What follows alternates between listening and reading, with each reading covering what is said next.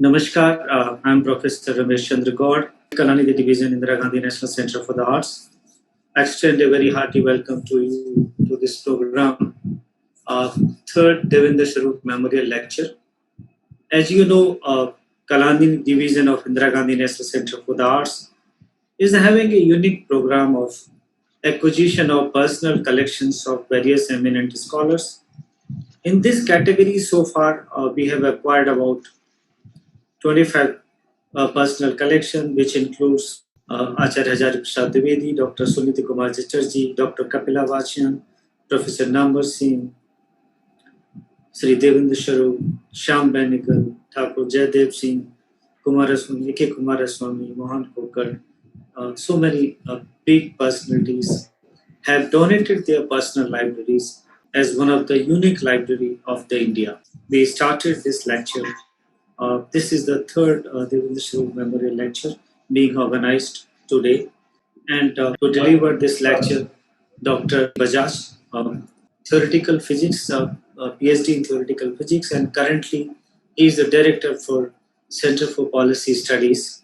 So it's an honor to have Dr. Bajaj with us to deliver this very important memorial lectures. The lecture is being chaired by Honorable President of IGNCA Trust, Sri Ram Bahadur IG. Everybody know him very well, a journalist and a writer, and he's an eminent writer, has contributed significantly to the Hindi literary works in form of books and articles. He has been the editor of several important newspapers and magazines. We have with us our member secretary, Dr. Sachidanand Joshi, an eminent writer, an academician, an administrator, vice chancellor as well, founder, registrar of various universities, and currently he is the member secretary of IGNCA. So I extend a very hearty welcome to all of you, sir. And we have just a few words about the Devendra Sharoop collection. We have about 15,000 books acquired in this collection, have been catalogued and classified, and are available through our library online catalog. So if anybody is interested in this, should that. So to begin the program, let me first invite our member secretary, Dr. Sachidanand Joshi ji, to deliver the welcome address and introduce Devendra Sharoop collection. Dr. Joshi. नमस्कार। तीसरे देवेंद्र स्वरूप स्मारक व्याख्यान के सम्माननीय अध्यक्ष, इंदिरा गांधी राष्ट्रीय कला केंद्र न्यास के अध्यक्ष माननीय श्री राम बहादुर राय जी, आज हम जिनका विद्वत्तापूर्ण व्याख्यान सुनेंगे, ऐसे विद्वान director centre for policy studies आदरणीय डॉक्टर जितेंद्र बजाज जी, कलानिधि विभाग के अध्यक्ष डीन आदरणीय प्रोफेसर रमेश चंद्र गौर जी। इंदिरा गांधी राष्ट्रीय कला केंद्र के लिए ये बहुत हर्ष की बात है कि हम तीसरे देवेंद्र स्वरूप स्मारक व्याख्यान का आयोजन कर रहे हैं। आप सभी को संभवतः विदित होगा कि श्रद्धेय प्रोफेसर देवेंद्र स्वरूप जी ने अपना ग्रंथ संग्रह इंदिरा गांधी राष्ट्रीय कला केंद्र को भेंट किया था। जैसा अभी आदरणीय रमेश चंद्र गौर साहब ने भी बताया कि देवेंद्र स्वरूप जी एक ऐसे अध्येता थे जो अपने संदर्भों को जुटाने के लिए, संदर्भों को एकत्रित करने के लिए बहुत अधिक चौकस और चौकन्ने रहते थे। इसलिए उन्होंने जो अपार ज्ञान संपदा विकसित की है, उस ज्ञान संपदा का आधार उनकी अपनी जो संदर्भ लाइब्रेरी पुस्तकालय है, वो अपने आप में महत्वपूर्ण है, दर्शनीय है और प्रेक्षणीय है। और न सिर्फ प्रेक्षणीय है बल्कि विद्वानों को उससे बहुत अधिक मदद मिलती है। इसी से प्रेरित होकर हमारे माननीय अध्यक्ष जी के साथ जब प्रोफेसर देवेंद्र स्वरूप जी का संवाद हुआ और उन्होंने अपनी इस ग्रंथ संपदा को इंदिरा गांधी राष्ट्रीय कला केंद्र को भेंट स्वरूप देने की इच्छा प्रकट की, तो उससे अधिक हर्ष की हम लोगों के लिए और कोई बात नहीं थी, क्योंकि कला निधि का मूल अर्थ ही है अलग अलग ज्ञान संपदाओं को एकत्रित करना। और इसलिए जब देवेंद्र स्वरूप जी ने ये ज्ञान संपदा हमें भेंट की तो हम सब के लिए और संपूर्ण विद्वत समाज के लिए एक बहुत अधिक आनंद का विषय था, क्योंकि उनके लिए एक ऐसा स्थान यहाँ पर उपलब्ध हो रहा था जहाँ वो आकर प्रोफेसर देवेंद्र स्वरूप की इस ज्ञान संपदा का न सिर्फ अवलोकन कर सकते थे बल्कि उससे लाभ भी ले सकते। उसके बाद प्रोफेसर देवेंद्र स्वरूप जी का देहावसन हो गया, और जब उनका देहावसन हुआ तो हमने ये तय किया कि उनकी स्मृति में हमें एक स्मारक व्याख्यान आयोजित करना चाहिए। सन 2019 में पहला देवेंद्र स्वरूप स्मारक व्याख्यान आयोजित किया गया था उनके जन्मदिन पर, जिसमें भारत की ज्ञान परंपरा के ऊपर आदरणीय श्री सुरेश सोनी जी का सारगर्भित व्याख्यान हुआ था। पिछले वर्ष कोरोना के कारण हम सभी प्रत्यक्ष रूप से इस व्याख्यान कर पाए और हमने वेब माध्यम से, ऑनलाइन माध्यम से इस व्याख्यान को आयोजित किया था। आदरणीय बनवारी जी ने भारत की इतिहास दृष्टि इस विषय पर सारगर्भित व्याख्यान दिया था। यहाँ हम यह भी बता देना चाहते हैं कि पहले देवेंद्र स्वरूप स्मारक व्याख्यान जो कि आदरणीय सुरेश सोनी जी ने दिया था, उसे हमने पुस्तकाकार रूप में प्रकाशित किया है। और अभी जबकि पूरा देश नई राष्ट्रीय शिक्षा नीति पर बहस कर रहा है, उस समय आदरणीय सुरेश सोनी जी का ये व्याख्यान और बहुत अधिक लाभकारी हो गया है। हमने देश के कई विश्वविद्यालय के माननीय कुलपतियों को ये व्याख्यान भेजा है और उन्होंने हमारे इस प्रयास की भूरी भूरी प्रशंसा भी की है। आज का जो व्याख्यान है, जो आदरणीय बजाज जी हमारे सामने प्रस्तुत करने जा रहे हैं, वो व्याख्यान एक बहुत अलग तरह के संदर्भ को लेकर हमारे सामने उपस्थित है। Exploring the history of our villages and town, creating the foundations of our history. हम सभी जानते हैं कि कई वर्षों से लगातार इस बात पर बहस चल रही है कि हमारे इतिहास लेखन का दृष्टिकोण क्या हो, हमारे इतिहास लेखन की दिशा क्या हो। बार बार जब इतिहास पर कहीं न कहीं प्रश्न आता है, इतिहास पर जब कहीं बहस छिड़ती है, तो हमें आधार के लिए उसी इतिहास का सहारा लेना पड़ता है जो हमें हमारी औपनिवेशिक धरोहर से प्राप्त हुआ है। हमारी इस औपनिवेशिक गुलामी का परिणाम ये हुआ कि बहुत सारी ऐसी महत्वपूर्ण किताबें जो विदेशी लेखकों ने भी भारत के सही ऐतिहासिक संदर्भ को लेकर लिखी थी, उन्हें भी हमने प्रकाश में लाने का साहस नहीं किया, उन्हें भी हमने एक सही परिप्रेक्ष्य में प्रस्तुत करने का साहस नहीं किया। विल डुरांट की अ केस फॉर इंडिया इसका एक बहुत सशक्त उदाहरण है, जिसका हिंदी अनुवाद अभी पहली बार संभवतः प्रकाशित हुआ है। आजादी के 75 वर्ष बाद भी अगर हम ऐसी पुस्तकों को भी लोगों के सामने सही परिप्रेक्ष्य में नहीं ला पा रहे हैं, तो हमारी इतिहास दृष्टि कैसी होनी चाहिए, इसके बारे में बहुत सोचने, जानने, समझने की आवश्यकता है। आदरणीय बजाज जी ने एक ऐसा महत्वपूर्ण कार्य किया जब उन्होंने चेंगलपेट की कुछ ऐसे रेवेन्यू दस्तावेजों को निकालकर उसमें से ऐतिहासिक संदर्भ खोजने की कोशिश की। ये दरअसल एक बहुत ही श्रम साध्य काम था और बहुत ही बारीक काम था। एक तरह से उस तरह के मैन्युस्क्रिप्ट के पत्रों पर नहीं लिखी गई थी, क्योंकि वे सभी रेवेन्यू रिकॉर्ड्स थे और उन रेवेन्यू रिकॉर्ड्स को जतन से सहेज कर रखना भी बहुत कठिन था। उसके बावजूद अत्यंत प्रयासपूर्वक उन्होंने वे सारे रिकॉर्ड्स निकालकर उसे कहीं न कहीं जतन से उसका परीक्षण करके, अनुशीलन करके उनके आधार पर बहुत अधिक संदर्भ सामग्री विकसित की। ये दरअसल एक ऐसी प्रेरणा है जिसे हम सबको एक सबक मिलता है कि हमारी इतिहास की दृष्टि, इतिहास को देखने की हमारी दृष्टि कैसी होनी चाहिए। उसके लिए हम किस तरह से तैयार कर सकते हैं, किस तरह से हम संदर्भ सामग्री जुटा सकते हैं, किस तरह से हम अलग अलग संदर्भों को हमारे बीच एकत्रित करके महत्वपूर्ण धरोहर को विकसित कर सकते हैं। आज ये बात इसलिए भी जरूरी है जबकि हम देख रहे हैं कि समूचे भारत में दो तरह की विचारधाराएं पनप रही हैं। एक विचारधारा वो है जो लगातार भारत की इस ऐतिहासिक संपदा को, भारत के इस गौरवशाली वैभव को नकारती चली आ रही है। वे लगातार कहीं न कहीं विदेशियों के प्रभाव, चाहे वो अन्य देशों का प्रभाव हो, अपने ही देश की इस गौरवशाली धरोहर को कहीं न कहीं नकारते हैं। न सिर्फ नकारते हैं बल्कि उन पर गहरे प्रश्न चिन्ह भी खड़े करते हैं। आवश्यकता इस बात की है कि वे इतिहासकार जो भारत और भारतीयता के संदर्भ को सही परिप्रेक्ष्य में प्रस्तुत करने का प्रयास कर रहे हैं, उनके लिए हम बहुत अच्छी संदर्भ सामग्री उपलब्ध करा सकें, जो अच्छी से आशय ये भी है जो कहीं ना कहीं प्रामाणिक हो, जिसका अपना मजबूत आधार हो और जिसे कहीं ना कहीं हम अलग अलग संदर्भों से समृद्ध कर सकें। इंदिरा गांधी राष्ट्रीय कला केंद्र ने भारत विद्या परियोजना के तहत ऐसे कई प्रक्रम शुरू किए हैं जब इंडोलॉजी को देखने का भारतीय दृष्टिकोण हम विकसित कर रहे हैं। हमारे अध्यक्ष माननीय श्री राम बहादुर राय जी की प्रेरणा से भारत विद्या परियोजना जब प्रारंभ हुई, उसका आशय यही था कि हम इंडोलॉजी के क्षेत्र में ऐसे विद्वानों का भी विकास करें, ऐसे युवा विद्वानों को भी प्रोत्साहित करें जो भारतीयता को भारतीय दृष्टिकोण से देखकर उस पुरजोर ढंग से पूरे विश्व के सामने सही संदर्भों के साथ उसे प्रस्तुत कर सकें। आज का हमारा ये अवसर इन सभी बातों को एक तरह से साथ में जोड़कर देखने का अवसर है, जब आदरणीय जितेंद्र बजाज जी का सारगर्भित विद्वत्तापूर्ण व्याख्यान हम सुनेंगे जो कि इसी विषय पर केंद्रित है। दरअसल गांव के और शहरों के जो छोटे छोटे से इतिहास के पृष्ठ हैं, उन सारे इतिहास पृष्ठों को अगर हम जोड़ें तो हमें उस समय की हमारी पूरी की पूरी सिविलाइजेशन स्टडीज, उस हेरिटेज, हमारे वैभव और हमारी जीवन शैली, हमारी सामाजिक संरचना, इन सभी का बहुत अच्छा भान हो सकता है इस अध्ययन से वे सारे मिथक भी टूटें जिनसे कहीं न कहीं भारत की सामाजिक ताने बाने को बदनाम करने की कोशिश की जाती है, जिनके कारण से कहीं न कहीं भारत की जो धरोहर है उसको कहीं न कहीं छिन्न विच्छिन्न करने की कोशिश की जा सकती है। इसलिए आज हम बहुत अपने आप को गौरवान्वित महसूस कर रहे हैं कि आदरणीय जितेंद्र बजाज जी का व्याख्यान मिलेगा। आज के सत्र की अध्यक्षता हमारे माननीय अध्यक्ष कर रहे हैं।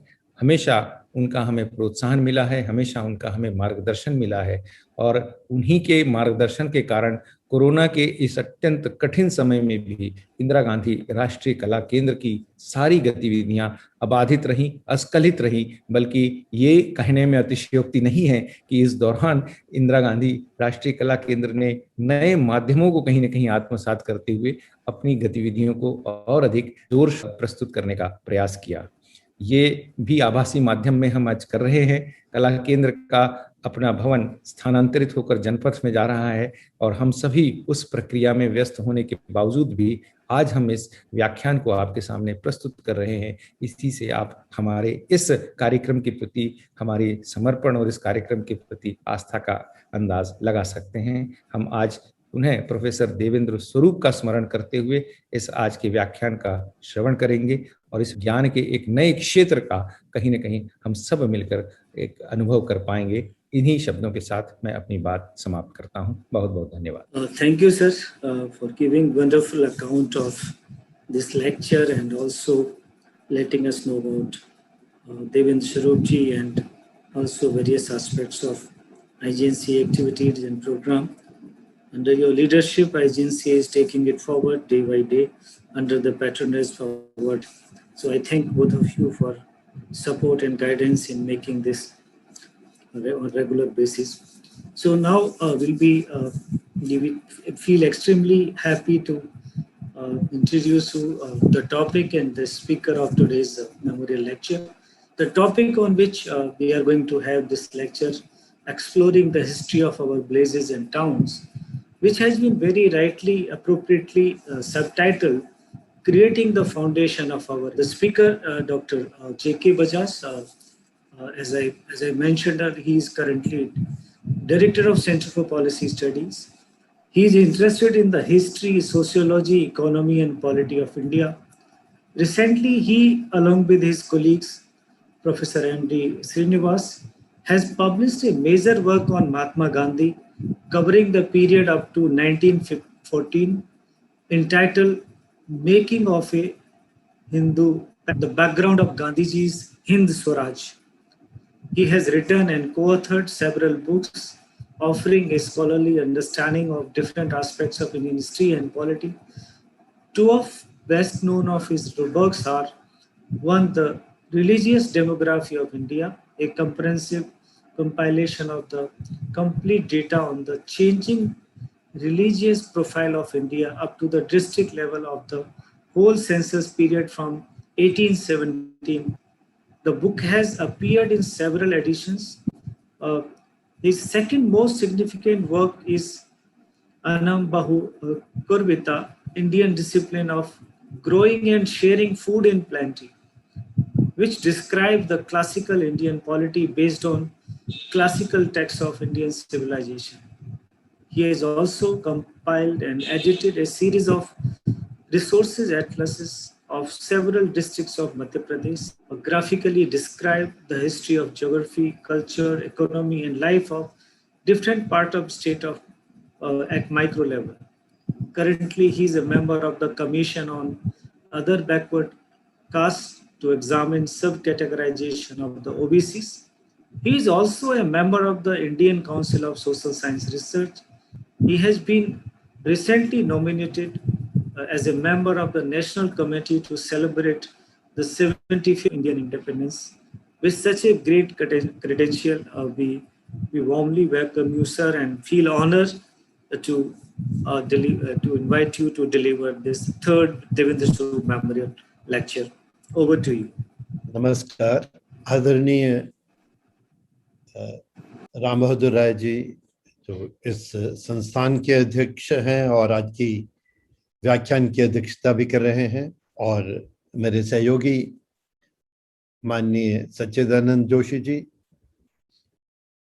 इस व्याख्यान के संयोजक प्रोफेसर रमेश चंद्र गौर जी, और हम आमने सामने तो मिल नहीं पा रहे हैं, पर आभासी माध्यम से जो सब सुधीजन, विद्वज्जन, और मैं जानता हूं उनमें से बहुत सारे लोग हैं जो श्रद्धेय देवेंद्र स्वरूप जी के प्रशंसक हैं, उन सबको मेरा प्रणाम। श्रद्धेय देवेंद्र स्वरूप जी की स्मृति में व्याख्यान देने का अवसर मेरे लिए अत्यंत गौरव का विषय है। मैं अपने को धन्य मानता हूं कि अपने जीवन में मैं भारत के स्वतंत्रता काल के 4 प्रमुख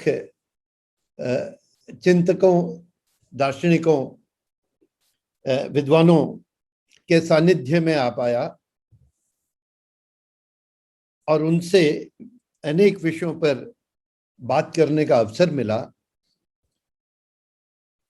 इन 4 में एक तो देवेंद्र स्वरूप जी हैं ही, दूसरे 3 जो मुझे याद आ रहे हैं वो उनमें श्रद्धेय रामस्वरूप जी, श्रद्धेय सीताराम गोयल जी और श्रद्धेय धर्मपाल जी को मैं इंगित कर रहा हूं।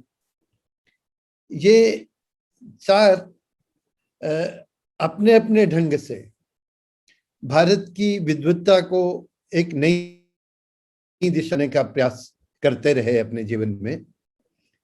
वो चारों अलग अलग थे, पर उनमें कुछ समानताएं थी, और जो सबसे बड़ी समानता थी कि वो भारत को, भारत के इतिहास को, भारत की विद्याधाराओं को, भारत के सब पक्षों को भारतीय दृष्टि से देखना चाहते थे, भारतीय दृष्टि से देख रहे थे। और दूसरी जो प्रमुख समानता उनमें थी, क्योंकि हूं और ये मेरा अनुभव है कि उन चारों में भारतीय राष्ट्र एवं भारतीय सभ्यता को आज के विश्व में अपने परम वैभव से दैदीप्यमान होते हुए देखने की गहन ललक थी। वास्तव में उनका जीवन, उन चारों का जीवन इस स्वप्न के लिए समर्पित था। और तीसरी महत्वपूर्ण बात इन चारों में ये थी कि जो भी वे लिखते थे उसमें प्रामाणिकता हो, ऐसा उनका गहन प्रयास होता था। वो मुख्य धारा से हटके लिख रहे थे, पर जो जो आवश्यकताएं, अनिवार्यताएं मुख्य धारा में प्रामाणिकता की मानी जाती हैं, वो उनका शायद एक एक शब्द नपातुला होता था, और उनमें से कोई भी बात उन्होंने ऐसी कही हो जिसका वो प्रमाण न दे पाए, ऐसा मुझे नहीं लगता। और इसमें देवेंद्र स्वरूप जी विशेष थे। उनको ये जो विद्वत्ता की प्रक्रिया होती है, जो मेथोडोलॉजी है, उसके प्रति उनका विशेष आग्रह रहता था। कोई भी वे विषय लेते थे तो उसके लिए सबसे पहले विस्तृत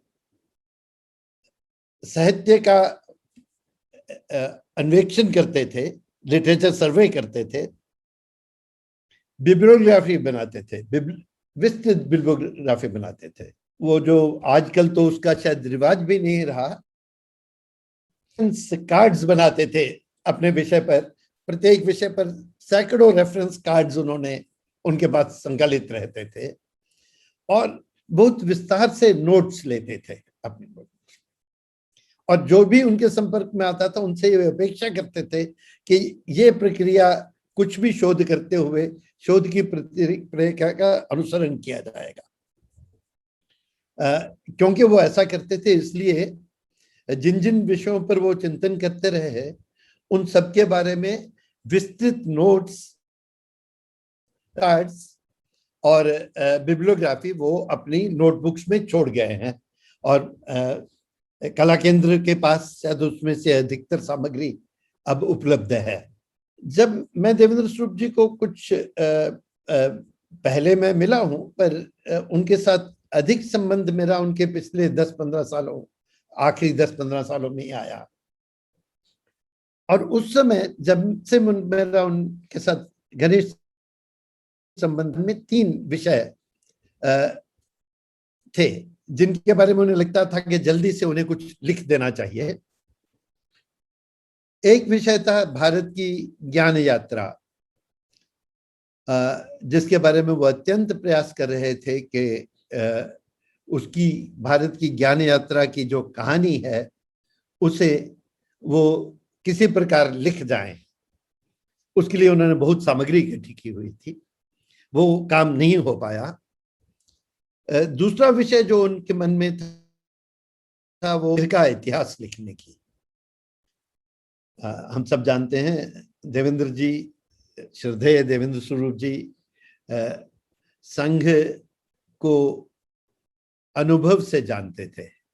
संघ के जानकार थे ये कहना अनुचित होगा, वो संघ के स्वयंसेवक थे। चाहे जैसे वो बार बार कहते थे वो ऊबड़ खाबड़ स्वयंसेवक थे, और संघ के बड़े लोगों से उनका अनेक विषयों पर वार्तालाप, विचार हुआ था। और जैसी उनकी आदत थी उन्होंने वो सब अपनी डायरियों में लिख रखा था। वो काम पूरा नहीं हुआ, पर आदरणीय राम बहादुर राय जी के प्रयास से उस पर कुछ लेख वो लिख पाए। तीसरा विषय जो उनके मन में बहुत गंभीरता से रहता था वो भारत के बनने की प्रक्रिया, उसकी कहानी को लिख देना चाहते थे। और मेरा ये सौभाग्य है कि मैं अपने कुछ साथियों के साथ उन्हें मना पाया कि वो इस विषय पर 18-20 भाषण दें, व्याख्यान दें। 2012 में वो व्याख्यान हुए, बहुत सफल व्याख्यान थे। उन पर उनको संकलित करके भारतीय संविधान की औपनिवेशिक पृष्ठभूमि नाम से एक पुस्तक लिखी गई। इस पुस्तक का मैं अभी कल फिर उसे पढ़ रहा था, अनेक बार पढ़ता हूँ। विशेष महत्व है उस पुस्तक का, क्योंकि वहां वो स्थापित कर रहे हैं कि संविधान जो हमने अपने लिए बनाया, वो संविधान सभा ने तो उसे बनाया, पर वो एक लंबी प्रक्रिया की परिणति थी। अंग्रेज 1750 से जो भारत में होता देखने चाहते थे, जिस प्रकार की व्यवस्थाएं वो भारत में स्थापित करना चाहते थे, 1950 तक आते संविधान में हमने उन सभी व्यवस्थाओं को अपनी व्यवस्थाएं मानकर लिख लिया।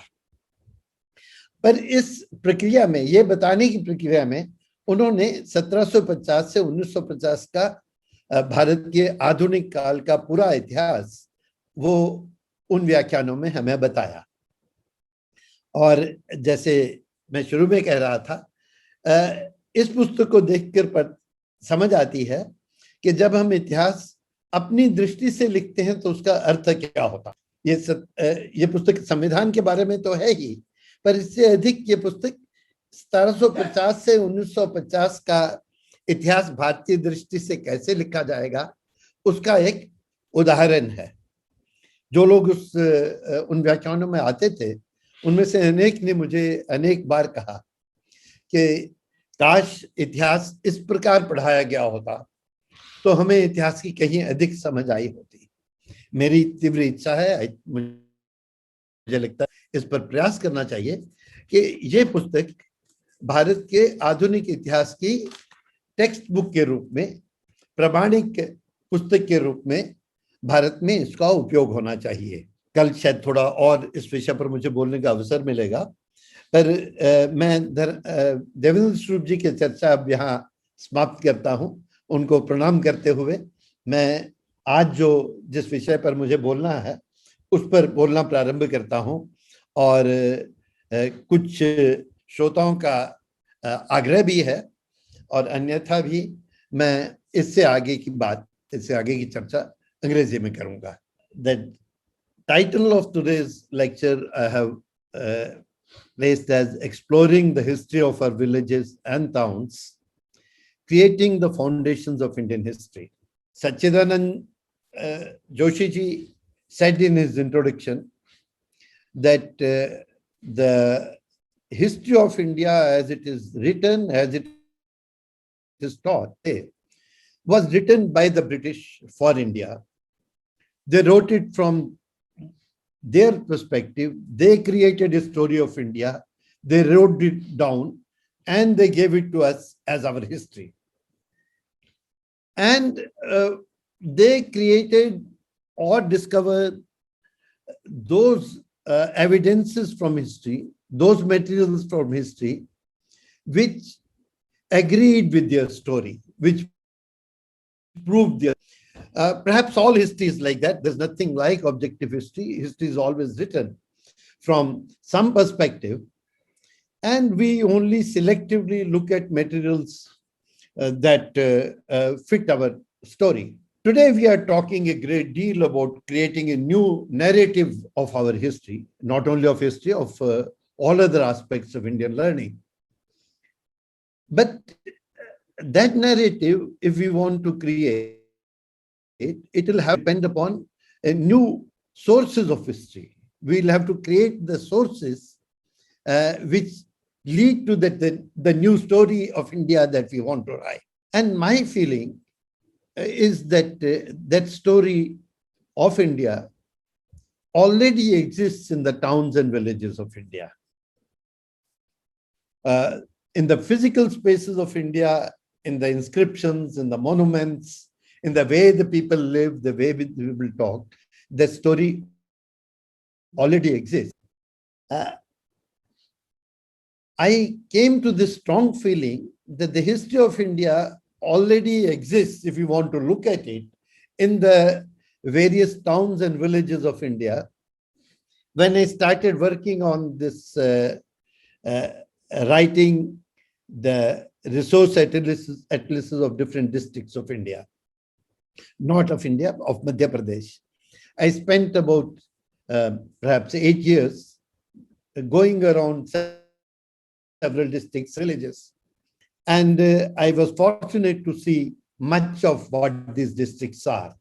Their physical landscape, their the stories of their the various dynasties which ruled those areas, and the various monuments that they created.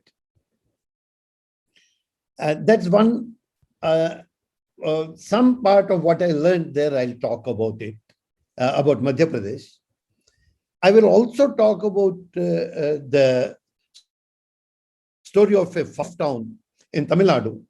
And about that, we began to learn when Dharampalji introduced us to archival material which contained the details of a survey that the British had carried out of about 2,000 localities in the Chengalpet district, which surrounds the city of Madras from 3 sides. That is a very extensive material, and we have learned much about what the history of that area can be by going through that material. But I got an opportunity to work in detail on a couple of localities out of those 2,000 200 localities on which that survey is.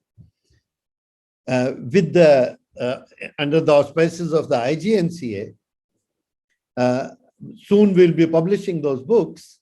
And while doing that detailed work on those 2 localities, we realized there's much more of history in those towns, what is there in that archival survey. So I'll give some exposure to some idea of what we have discovered there. So let me first begin by this story of Madhya Pradesh. This picture that you see on your screens, this is of a temple called Chandrehe. It is in the Sindhi district of Madhya Pradesh. Sindhi is a district of Madhya Pradesh. It borders Mirzapur and Sonbhadra. It is, of course, Kumayu Hills and Son River, which is one of the most adorable rivers of India, passes through Sindhi district. This temple is at a place where one of the smaller rivers, Banas, meets Son. When you enter Sindhi and you're going towards the district headquarters, you suddenly come across this temple lying a little off the road. And when you go there, there's nobody to look after this temple. Maybe there is some paean that the Archaeological Survey of India would have put there. But beyond that, there's not much that is done maintenance of this. This temple is extremely beautiful. After seeing it, when I started learning about it, reading about it, it is supposed to be in its craftsmanship and the balance of architecture. It's supposed to be of the style of Khajuraho, but much more balanced than those temples. And I think this temple belongs to 10th century. Opposite this temple, there is this great matham. This is a matham of Mattamura Sampradaya of Shaiva Siddhanta. And in the matham, there are, just at the entrance of the matham, from here perhaps you can see, there are 2 inscriptions. And the inscriptions are very clean. Actually, even now you can read them very easily.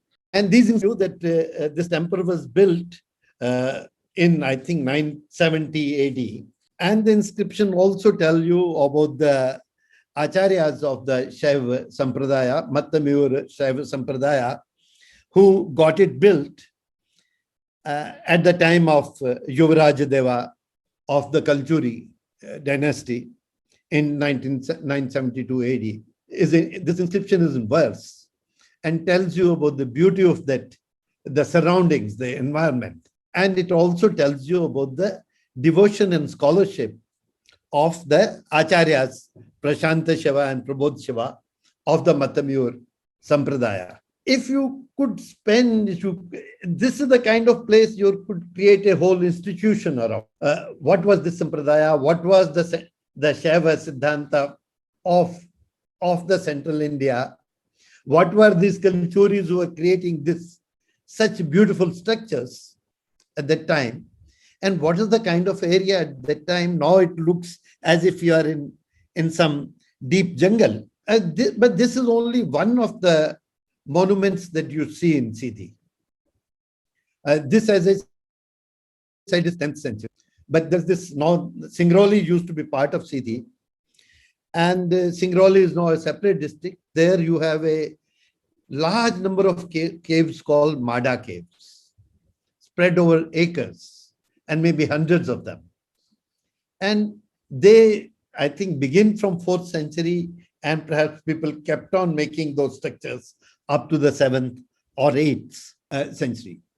And Mada caves are so selected that reaching there for us was a great effort.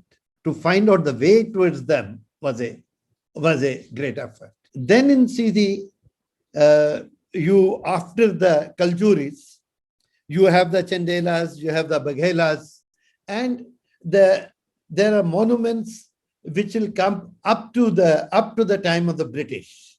The stories which will come up to the time of British, beginning from 4th, but not only 4th century, because Sindh is known to be one of the, this area is supposedly one of the earliest habitats of humankind. So there are prehistoric landmarks there on which the Puratatvavidas have worked. So this district alone, if you could look at its different monuments, occasional inscriptions, and place them in their proper history, and try to understand how they were constructed, when they were constructed, what they were was being thought of, will tell you a great deal about the history of that part of India. This then picture on your screen now is from Tikamgarh district, a small place, Umri, so difficult to reach that the first time we tried, we had to return. The river was on flood, on the way was on flood. And second time we reached this extraordinary structure, from a distance, it overpowers you. And when we reached there, it was the day of Ram Navami. And the people were sitting in a corner. They're building a small temple. They can't maintain this temple. This is too big for them. So in a corner, they were creating a temple of their own where they were celebrating Ram Navami. And then one of the boys from the village came to us. And he said, "Sir, I am from this village and I'm doing MSc in archaeology. And I'm so worried that when I was young, there used to be in the Garbhagriha, there used to be an image of the sun god on his 7 rathas or 7 horses. And one day that was stolen." And says that from the next day, the PN appointed by the archaeological survey was dismissed. And then after some time, another person came to me and he said, "Sir, in place of that PN who was the employee of archaeological survey, I have been appointed and I have received no salary for last 7 years." And now this temple is said to be of Vakatka time, which will make it 4th century. It may not be, it seems odd it to be, but if it's 4th century, it is very interesting. There is much confusion in history about where were the Vakatkas. But there is some part which says that their original capital was Bagdi, from where the Vakatka comes, and Bagdi is a village in this area. This again is one Sam temple of perhaps 4th, 5th, 6th century. There are others. One in Madikheda is almost equally large and beautiful, and that one doesn't even have a PN of the archaeology department to look after it. Actually, then will the neighborhood come and broom the place and keep it clean, because they still have respect for it. But Tikamgarh, it is our neighborhood. It's not very far. It's part of Bundelkhand. Tikamgarh doesn't have only this one structure of 4th, 5th century. It has the monuments, the tanks, the palaces of Tikamgarh. Tell you the story from at least beginning from this point up to the time of the coming of the British. It tells you about the Marathas, it tells you about the Chandelas, Bundelas, the fights of Bundelas with the Mughals, and about the Marathas, and ultimately how, in fact, Bundelkhand would have never become part of the British Empire. It would have, Orcha would have remained a separate state, even during the British time. But none of that seems to matter. All these physical monuments, we don't even look at them. We don't think they have anything to teach, or there's anything well worth preserving in them. This is a different period, different place. This is Salbai in Datia district, which is the neighborhood of Gwalior. I don't know how many of you would have heard of Salbai. It is taught in the schools, and it is one of the questions about the Treaty of Salbai, which is often the UPSC examinations. Salbai is important because in 1782, Mahaji entered into a treaty with the British. This is the end of the first Maratha War, which allowed a British resident to sit in the Gwalior court. So that will be the first resident sitting in a Indian court of the British. And that will be, in a way, the beginning of the British Raj in India, at least in this part of India. We went to this village, and you can see the Salbai, that fort behind. And there were people sitting here. They looked at us and said, "Sir, oh, you have come here to see Salbai. You must have read about it in your school books. Come have a look at it. You know what has happened to it." Like people telling me this. And we went up, and this is acres and acres of walls of this kind, and several temples inside, and several palaces, and several water bodies inside this. And all of it is lying in complete neglect, in spite of the fact that this is in part of the history that I think all of us have to read when we go through our regular school system. Anywhere else, students will be brought here from the school in batches. Anywhere else, this will be kept as a museum of the history of India. This is Datia. And this is 18th century. And then in Datia, not very far from this Salbai, have this edict of Ashoka.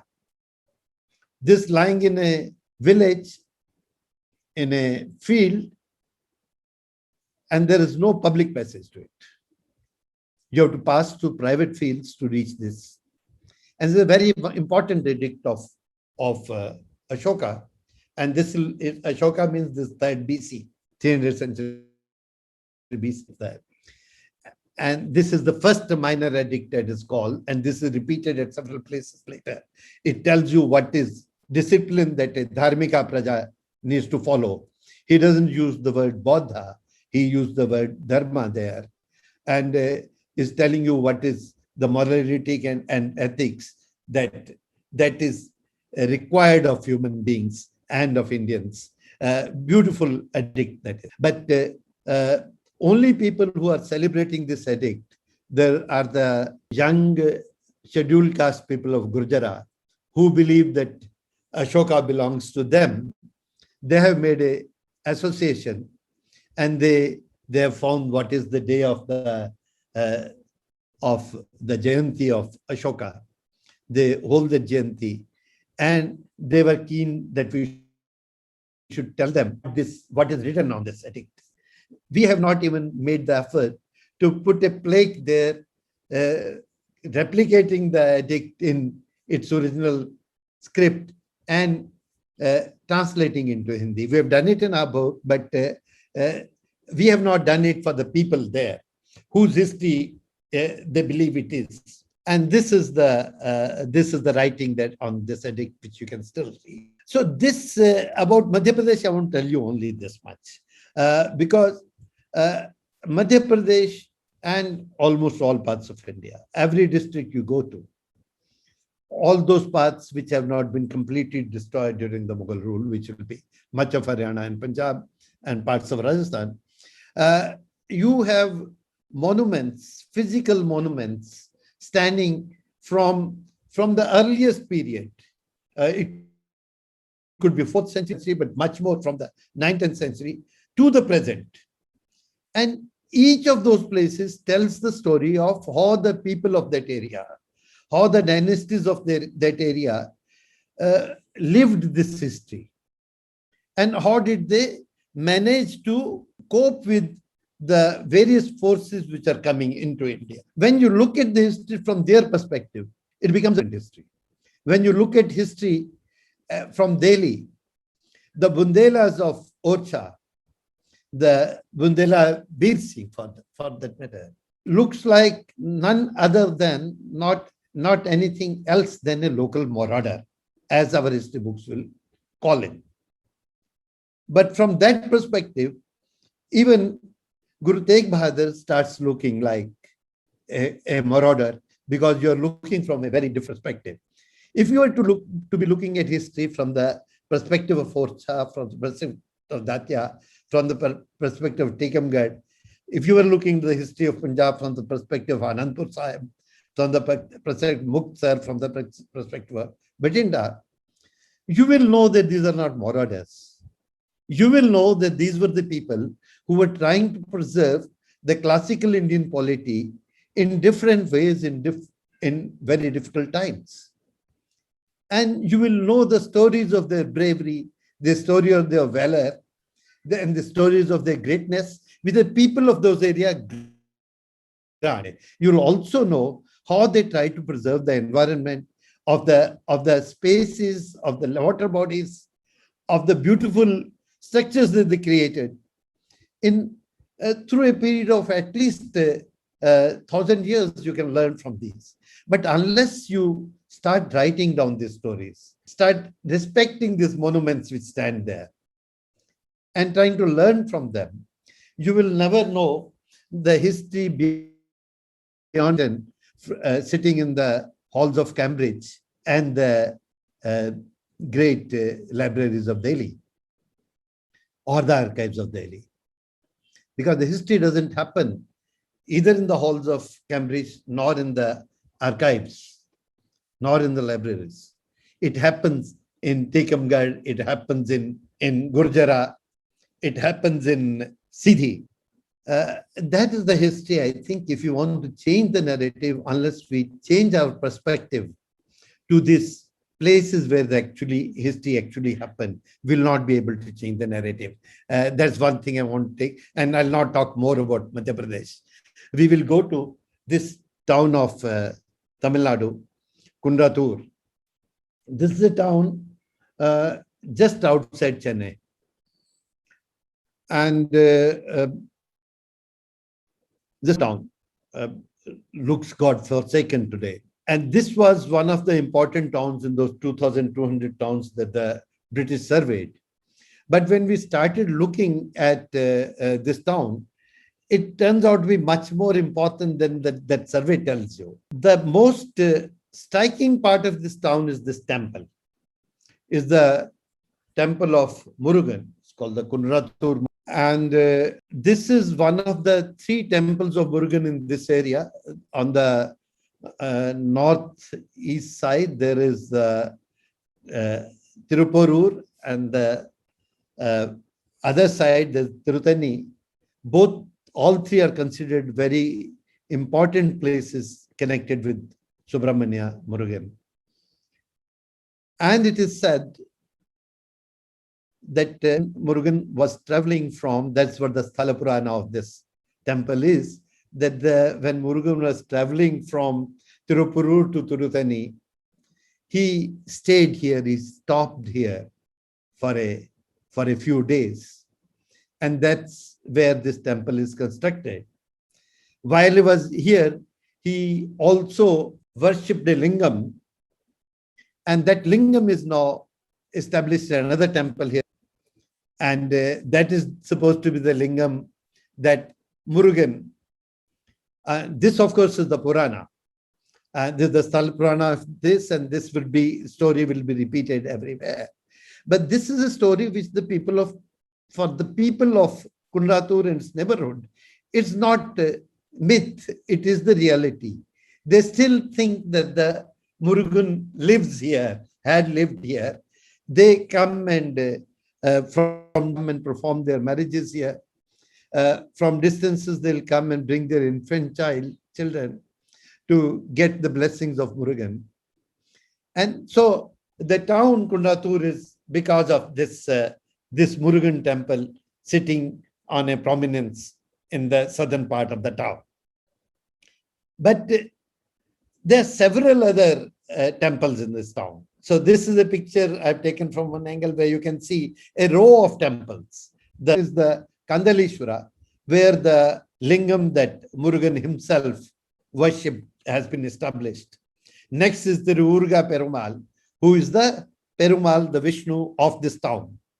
Behind that, you can see the Murugan.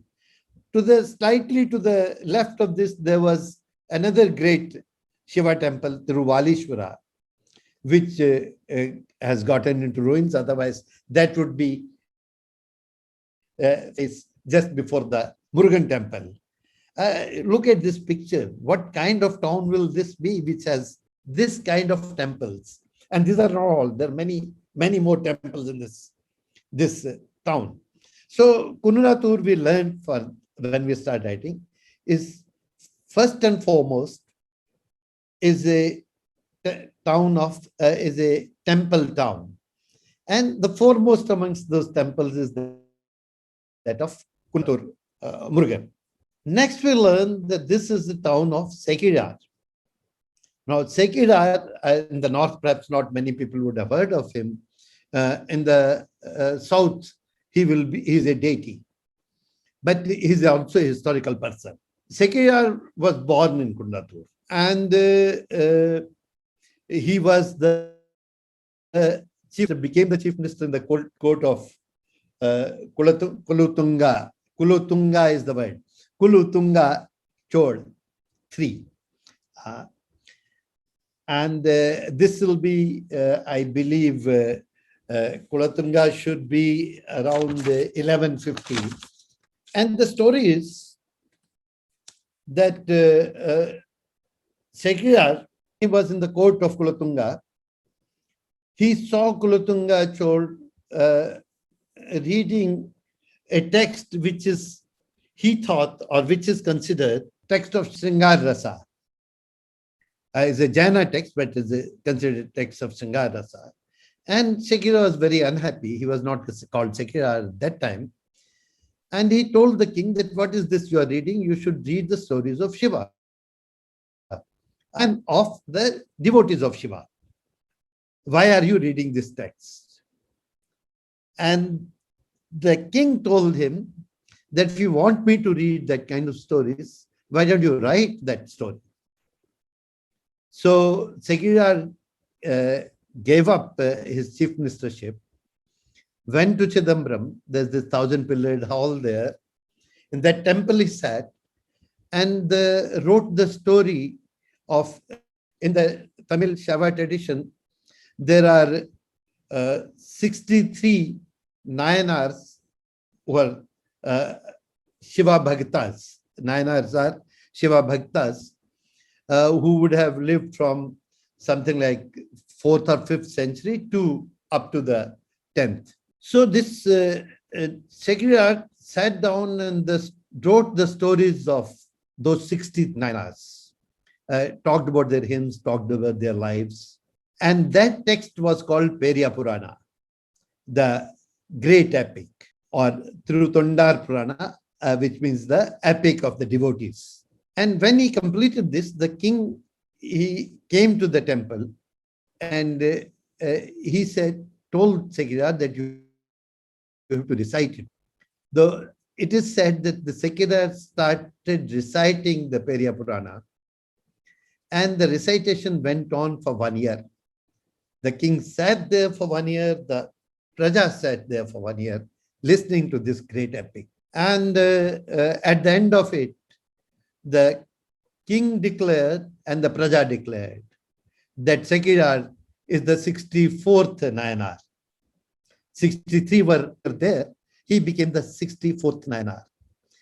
And that text of his, Periya Purana, it is both a divine text, a text of divinity, it's also a text of philosophy.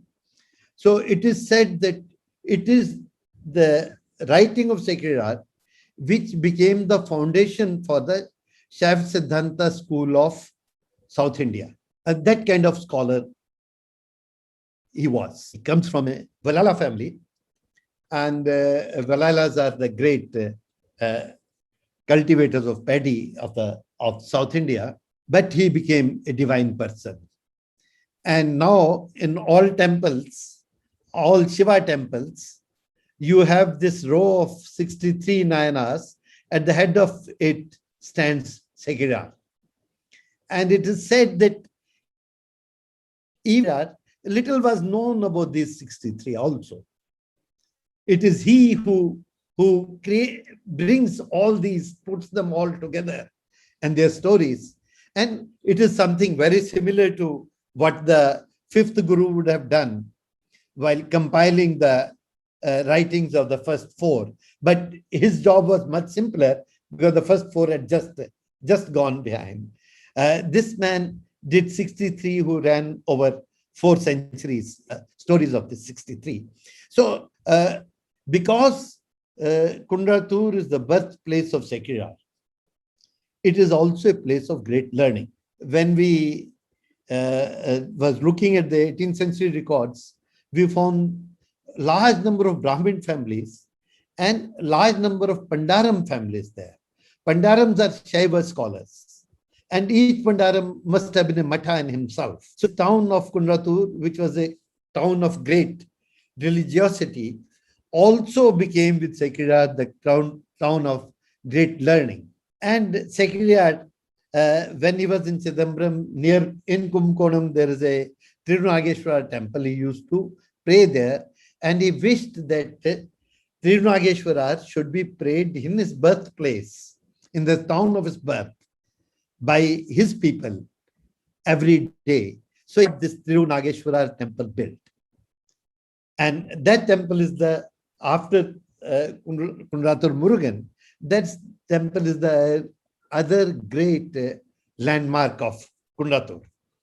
But this is a very beautiful temple. You can see these buildings behind.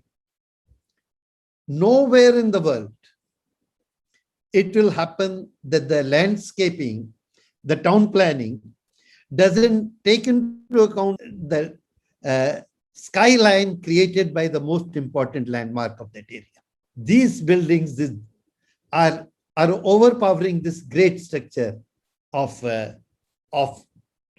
14th century, 12th, 13th century, but a structure associated with the person like Sekirad.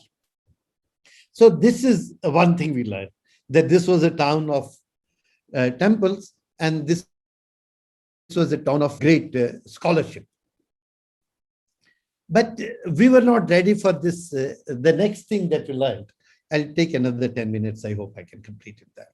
We realized that there are 55 inscriptions in this small town of various periods. And these inscriptions run from something like 1153 to the 1790 or something like that. It's about 700 years of history is covered in these inscriptions. 24 of these 55 inscriptions are of the Chola period. All this Rajaraja Chola, Kulatunga Chola III and Rajaraja III, they'll be all after Sekirad.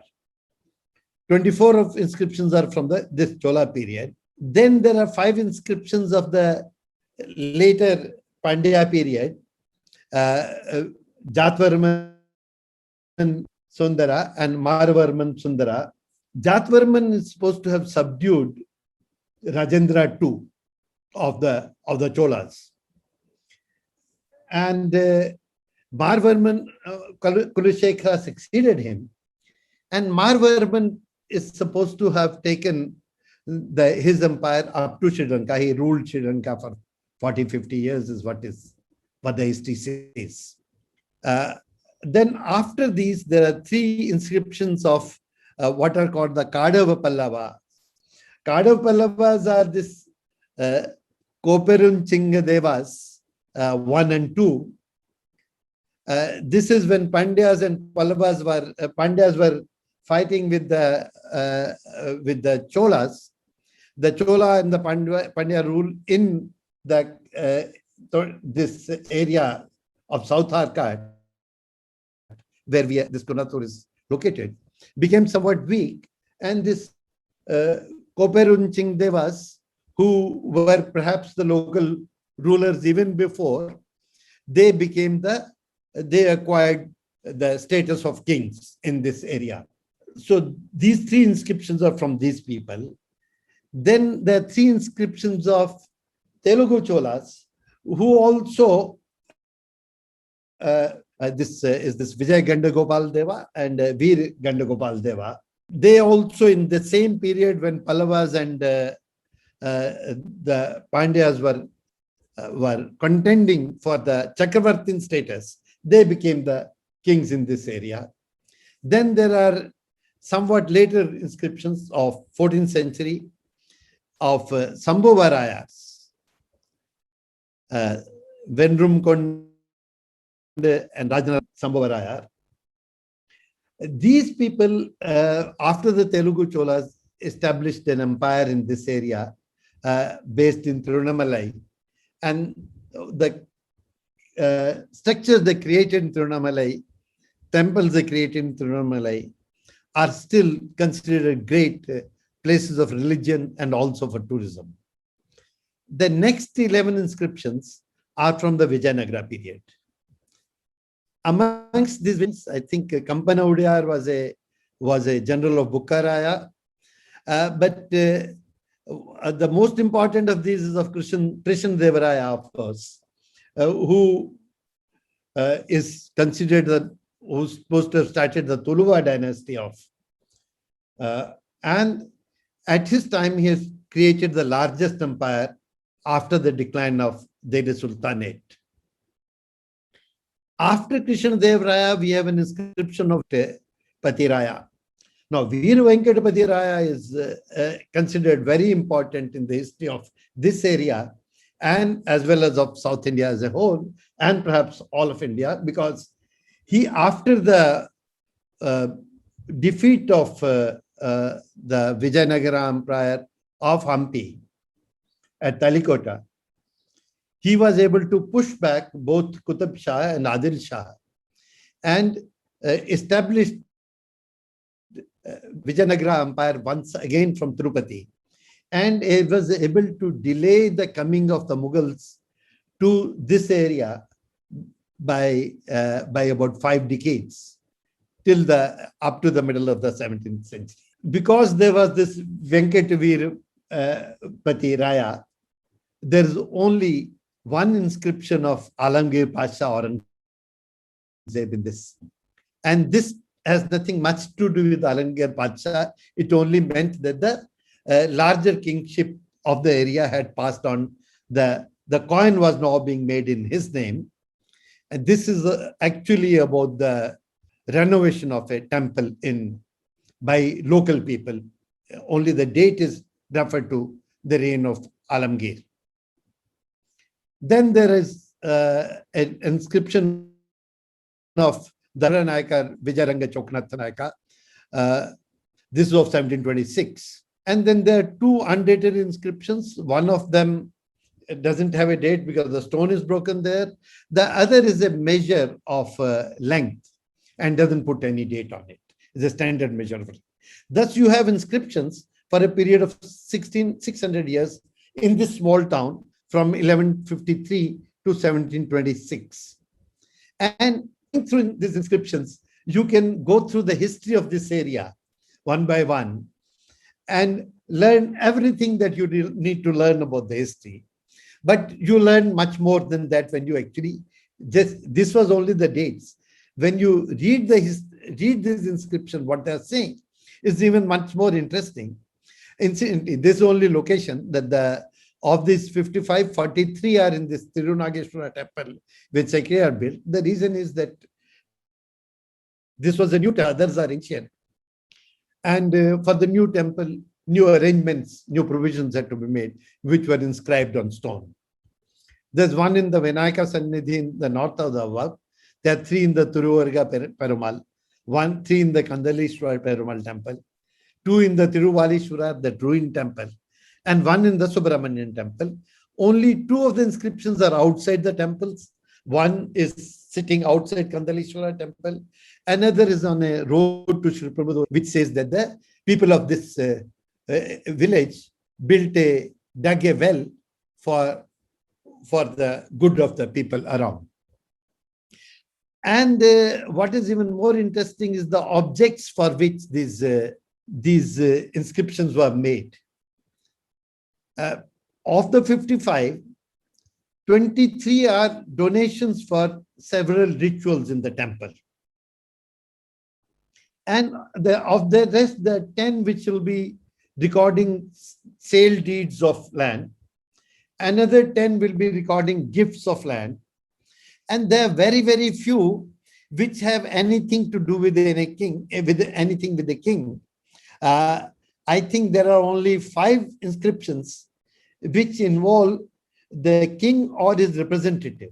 The rest are all involving the local people in various donations or various transactions. And these transactions are important. Of the 23 gifts for lighting a lamp in the temple that the inscription described, 7 are donations by Devadasis. 1 is a donation by a barber inscribed in stone in the memory of his father. 1 is a donation by a Vaidyan. A Vaidyan is a doctor who held what is called the miras, the right to provide the service of Vaidyan in this locality. And 14 are donations by other individuals whom we cannot make out.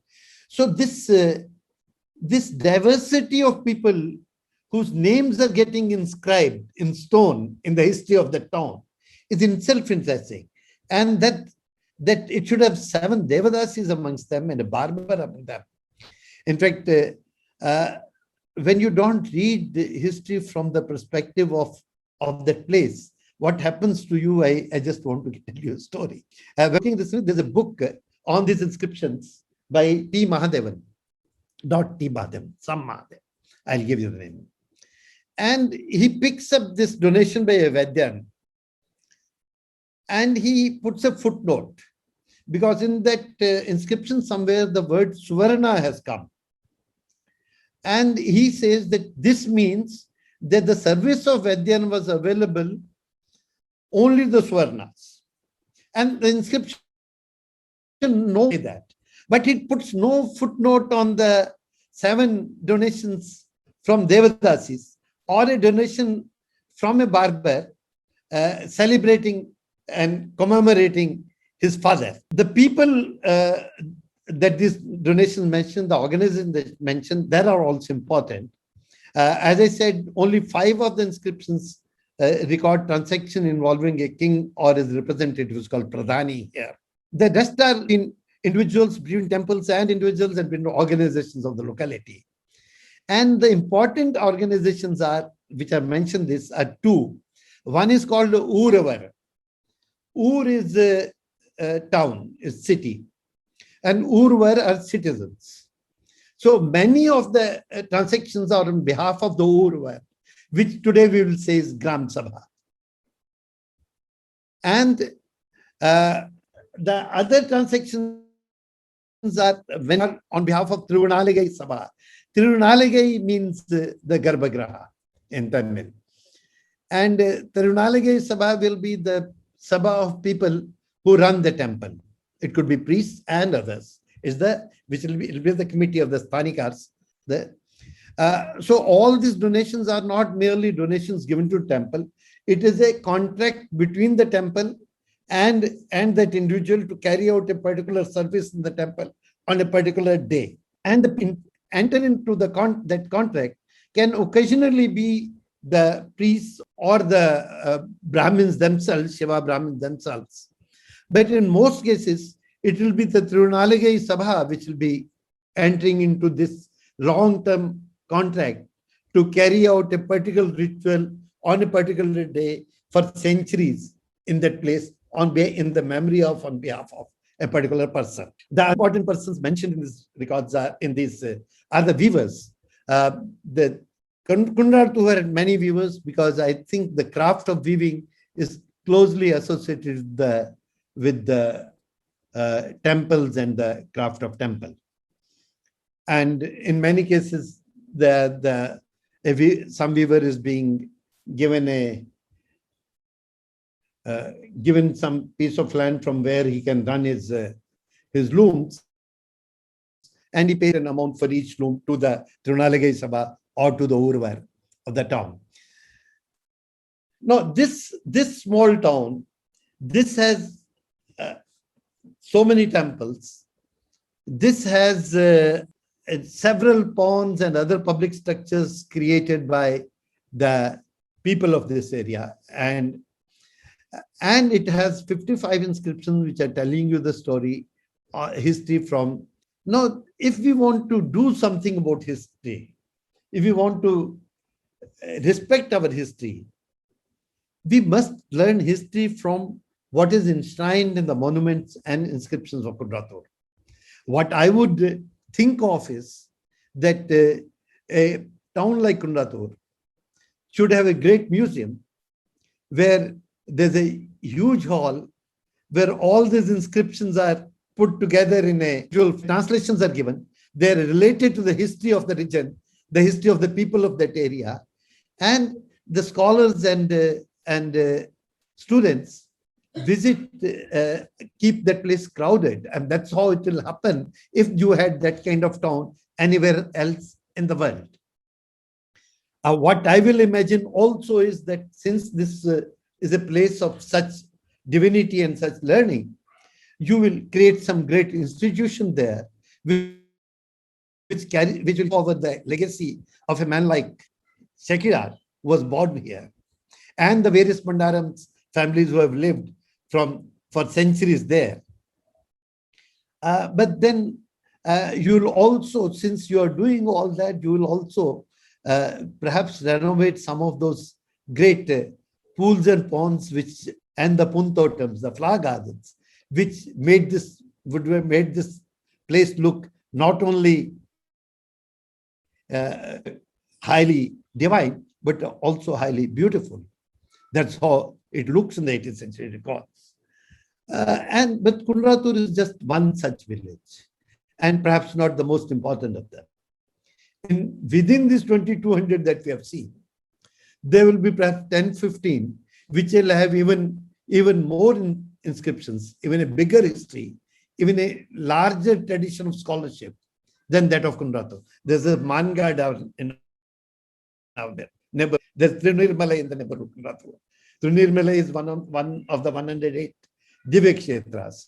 Mangad is a great place of Shakti. But there is Kanchipuram, which will have inscriptions from at least from 4th century onwards, and thousands of inscriptions. But none of these places we are treating as sources of history, as places which we need to honor, cultivate, prove, and start learning from. I'll stop at this point and welcome discussions. Thank you.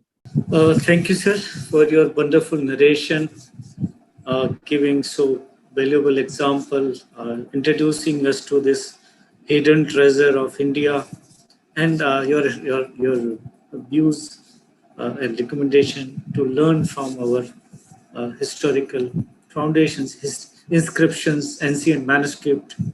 Wonderful ideas, sir. I'm sure, like everybody who is listening to your thoughts, it will be a delight to listen again and again. The program is being broadcasted live, but also being recorded, and it is going to be a very valuable record of such an important lecture on tracing the historical foundation of our rural India. So thank you very much. We are so honored and so delighted to have your thoughts. You rightly talked about Devendra Swarupji and given, like whatever examples you have given, many of the collections have with us, like the diaries you were mentioned in your talk, those diaries are available with us. So thank you very much. Now I would like to request and invite our Honorable President, who is also chairing this today's lecture, to deliver his presidential address. Sir, over to you. आदरणीय जितेंद्र बजाज जी और मित्रों, 30 मार्च को हम देवेंद्र स्वरूप जी को याद कर रहे हैं, और मुझे उनके जाने के बाद भी याद है कि हम कुछ लोग हर की शाम देवेंद्र स्वरूप जी के निवास पर जाते थे और कुछ घंटे वहां उनके साथ रहते थे।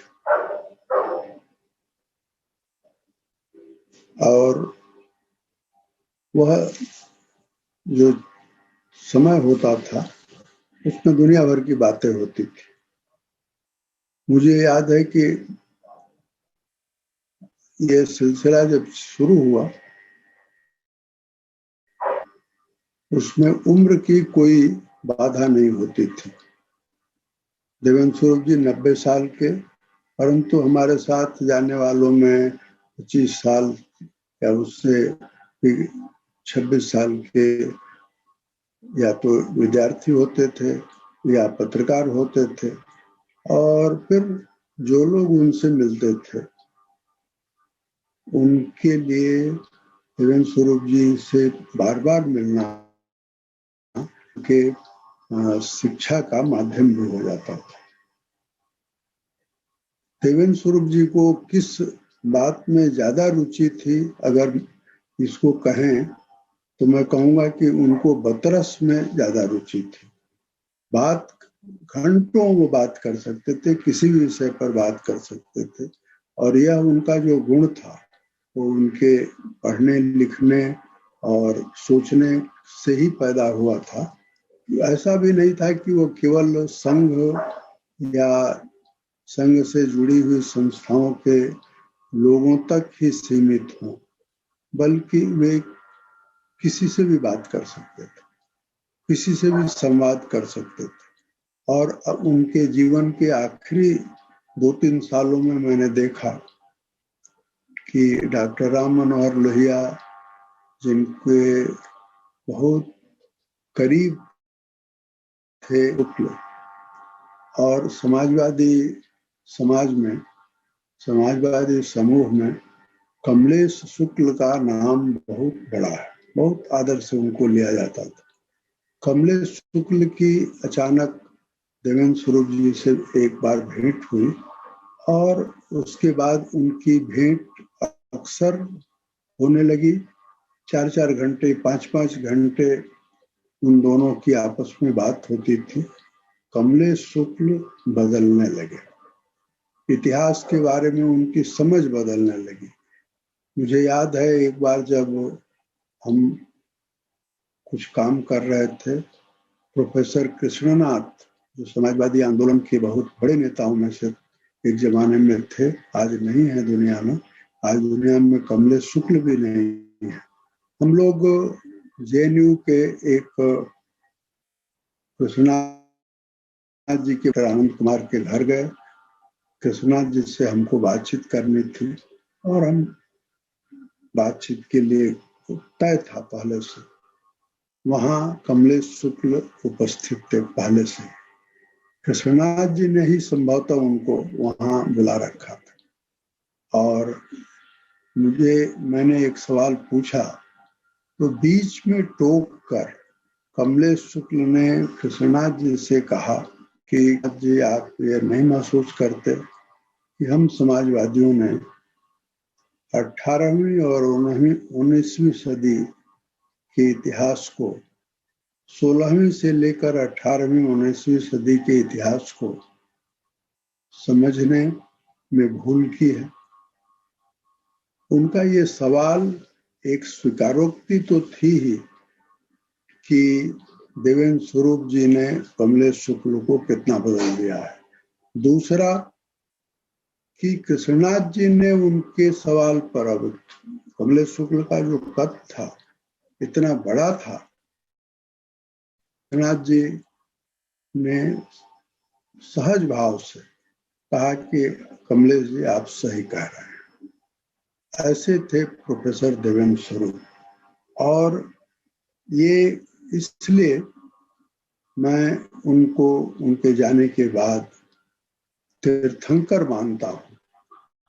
तीर्थंकर वह होता है जो घाट बनाता है, नाव की व्यवस्था कर देता है, और ज्ञान की गंगा को पार करना जो वही चाहता हो उसको के लिए वो देवेंद्र स्वरूप जी ऐसे लोगों में से थे। आज जो जितेंद्र बजाज जी ने हमको इतिहास किस तरह से देखना चाहिए, यह जितेंद्र बजाज जी की अपनी मौलिक खोज तो है ही, लेकिन मैं पाता हूँ कि ये देवेंद्र स्वरूप जी, धर्मपाल जी की जो उन पर छाप है वह भी प्रकट हो रही है। क्योंकि धर्मपाल जी अपने आसपास जो लोग भी थे उनको कहते थे, आखिरी दिनों में मुझे याद है वे कहते थे, जिले के लोगों को कोशिश करनी चाहिए अपने जनपद का इतिहास लिखें। वह उनके कहे हुए काम का कोई प्रगति हुई है या नहीं हुई है मैं नहीं जानता, लेकिन पिछले दिनों मैंने ये देखा और हिंदू अखबार में इसकी का रिव्यू भी छपा है। एक पुस्तक आई है, मॉडर्न डे द पास्ट। पुस्तक है Indians a brief history of a civilisation.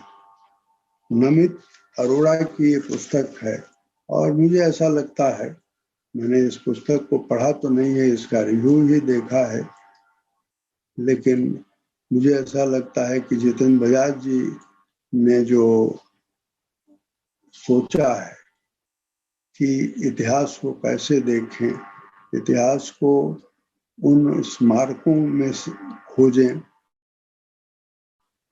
जगहों पर खोजें जहाँ इतिहास स्वयं मौजूद है, तो अभी इसकी शुरुआत की जानी है।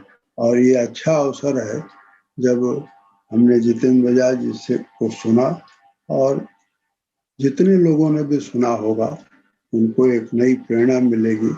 मैं इन्हीं शब्दों के साथ जितेंद्र बजाज जी ने जो बताया उसको बहुत आदरपूर्वक और देवेंद्र स्वरूप जी की स्मृति को प्रणाम करते हुए अपनी बात यहाँ पूरी करता हूँ।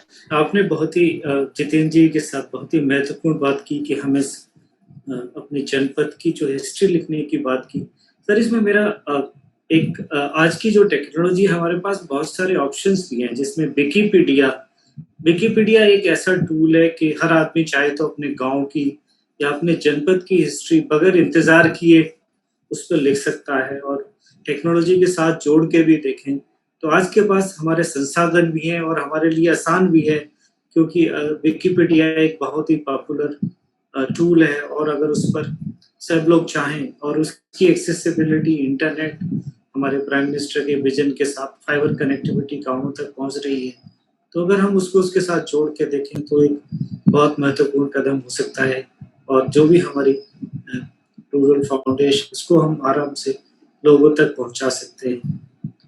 तो इन्हीं शब्दों के साथ मैं अब सभी को अपना आभार प्रकट करना चाहूँगा। सभी को मेरा प्रणाम और सभी को धन्यवाद, और अब मैं अनुमति लेके इस कार्यक्रम को समाप्त करने की परमिशन चाहूँगा। नमस्कार।